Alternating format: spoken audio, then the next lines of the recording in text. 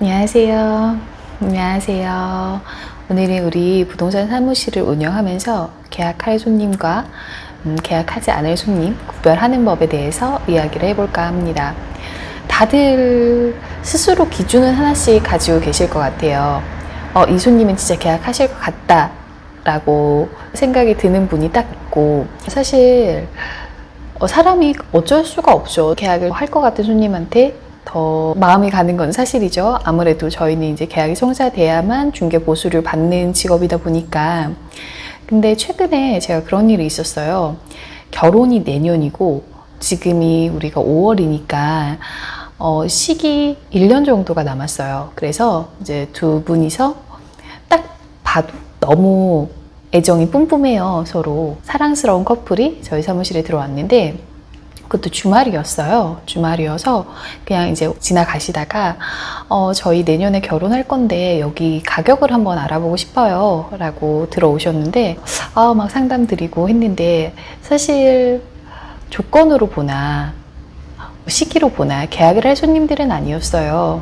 근데 이야기를 하다 보니까 저희가 그 정도 평수 살면은 괜찮을지 한번 보고 싶다고, 지금 할 건 아닌데 물건 하나 보여주실 수 있나요? 라고 해서 일요일이라 가능할지 모르겠다고 전화 한번 해보겠다고 해서 전화를 했는데 연결이 됐어요.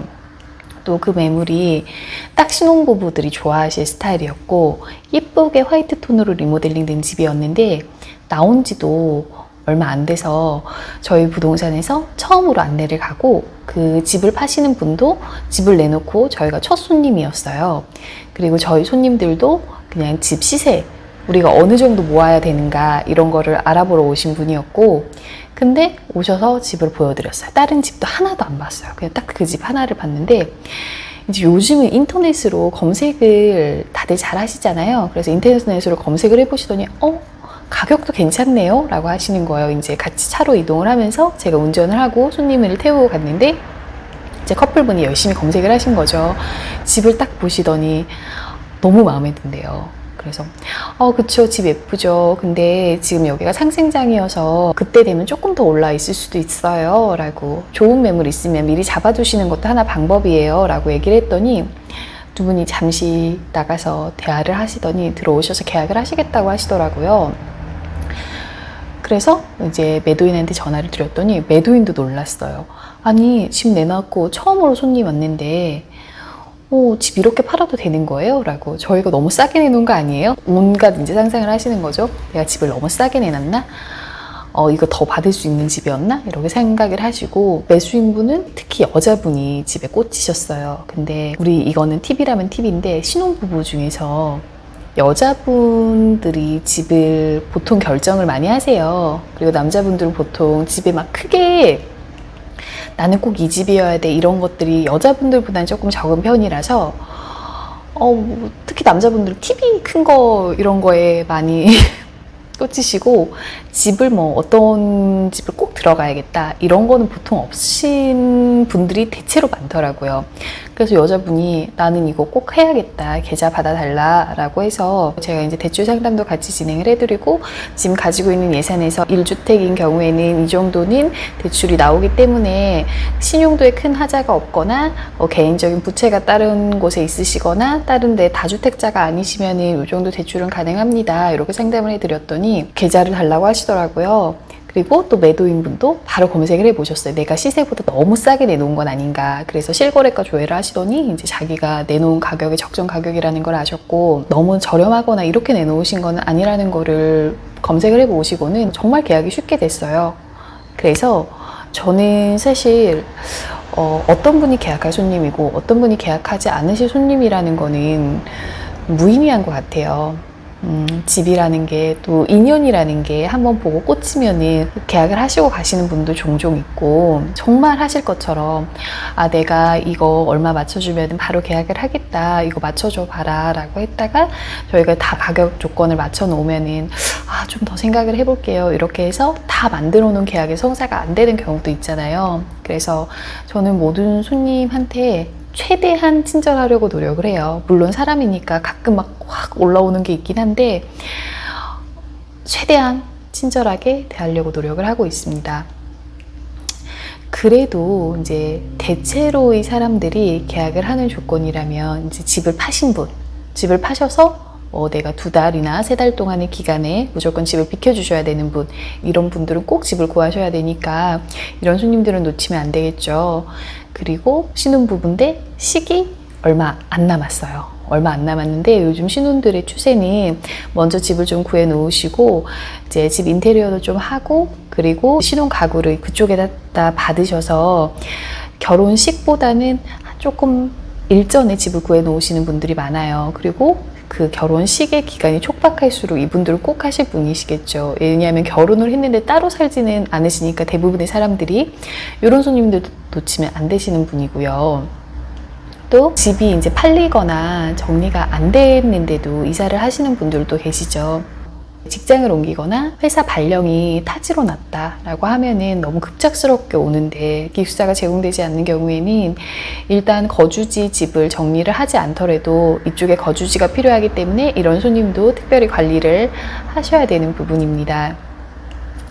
저는 좀 그런 계약이 많은 편이에요. 손님들이 그냥 가격 한번 물어보러 오셨다가 거기는 한 번도 안 봤는데 구조가 어때요? 라고 했는데 딱 처음 보신 매물에 딱 꽂히셔서 바로 계약하고 가시고 이런 경우가 생각보다 많아요. 뭐에 홀린 듯이 계약을 하시고 얘기를 하시죠. 큰일 났네. 저 집도 아직 안 팔았는데 내가 오늘 집을 사려고 온 게 아닌데 집을 사고 가네? 이렇게 얘기를 하시는 분들이 많아서 저는 대체로 손님들한테 친절하게 응대를 해주셨으면 하는 마음이에요. 왜냐하면 이제 저희 공인중개사들은 사람을 정말 많이 보는 직업이기 때문에 좀 지치는 경향이 있어요. 사람 상대하는 거에. 이제 정말 경력이 많으신 소장님들 보면은 그런 느낌이 있어요. 공인중개사뿐만이 아니더라도 사람을 많이 상대한 직업들은 그 풍겨져 나오는 느낌이라고 할까요? 말의 제스처나 이런 게 세상 통달한 느낌, 그런 느낌이 조금 있거든요.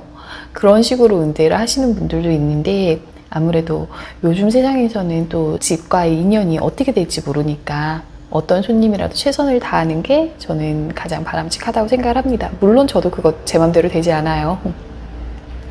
자, 그러면 이제는 내가 집을 정말 열심히 보여줬는데 계약이 절대 나오지 않는 경우에 대해서 한 가지만 말씀을 드릴게요.